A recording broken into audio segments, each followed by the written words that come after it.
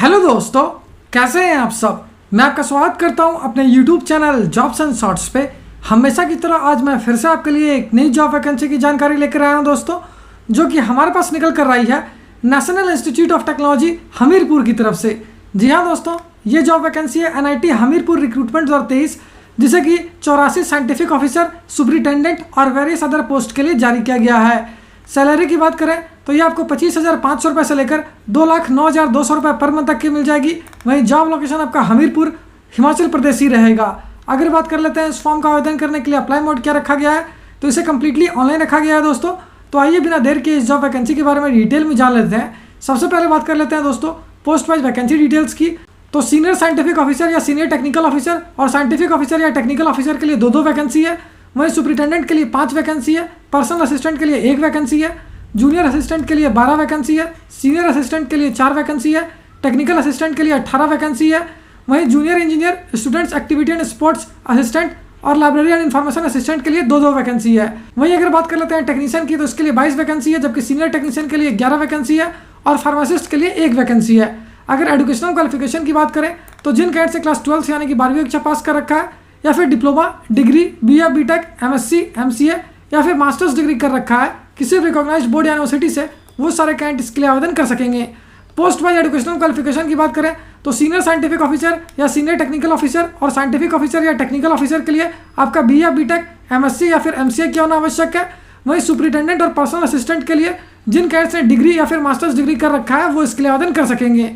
अगर बात कर लेते हैं जूनियर असिस्टेंट और सीनियर असिस्टेंट की, तो इसके लिए आपको क्लास 12 यानी कि 12वीं कक्षा पास किया होना आवश्यक है। वहीं अगर बात की जाए टेक्निकल असिस्टेंट की, तो इसके लिए जिन कैडेट्स ने diploma, degree, BA, BTech, masters degree या फिर MCA कर रखा है वो इसके लिए आवेदन कर सकेंगे। अगर जूनियर इंजीनियर की बात करें तो इसके लिए आपका diploma, BA, BTech in civil या फिर इलेक्ट्रिकल इंजीनियरिंग से क्या होना आवश्यक है। वहीं अगर बात कर लेते हैं students activity and sports assistant और लाइब्रेरी एंड इन्फॉर्मेशन असिस्टेंट की, तो इसके लिए आपका डिग्री क्या होना आवश्यक है। अगर बात की जाए टेक्नीशियन और सीनियर टेक्नीशियन पोस्ट की, तो इसके लिए जिन कैडेट्स क्लास 12 के साथ साथ डिप्लोमा भी कर रखा है वो इसके लिए आवेदन कर सकेंगे।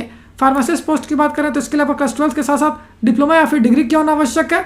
वहीं अगर बात कर लेते हैं पोस्ट वाइज सैलरी डिटेल्स की, तो इसे आप इस वीडियो को पॉज करके आसानी से स्क्रीन पर चेक कर सकते हो। अगर एज लिमिट यानी आयु सीमा की बात की जाए तो सीनियर साइंटिफिक ऑफिसर या सीनियर टेक्निकल ऑफिसर के लिए आपकी आयु 50 वर्ष से उससे कम होनी चाहिए। वहीं साइंटिफिक ऑफिसर या टेक्निकल ऑफिसर के लिए आपकी आयु 35 वर्ष से उससे कम होनी चाहिए।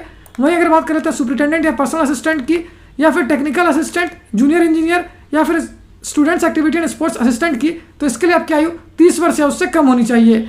जूनियर असिस्टेंट के लिए आपकी आयु 27 वर्ष या उससे कम होनी चाहिए। वहीं टेक्नीशियन के लिए भी आपकी आयु 27 वर्ष या उससे कम होनी चाहिए।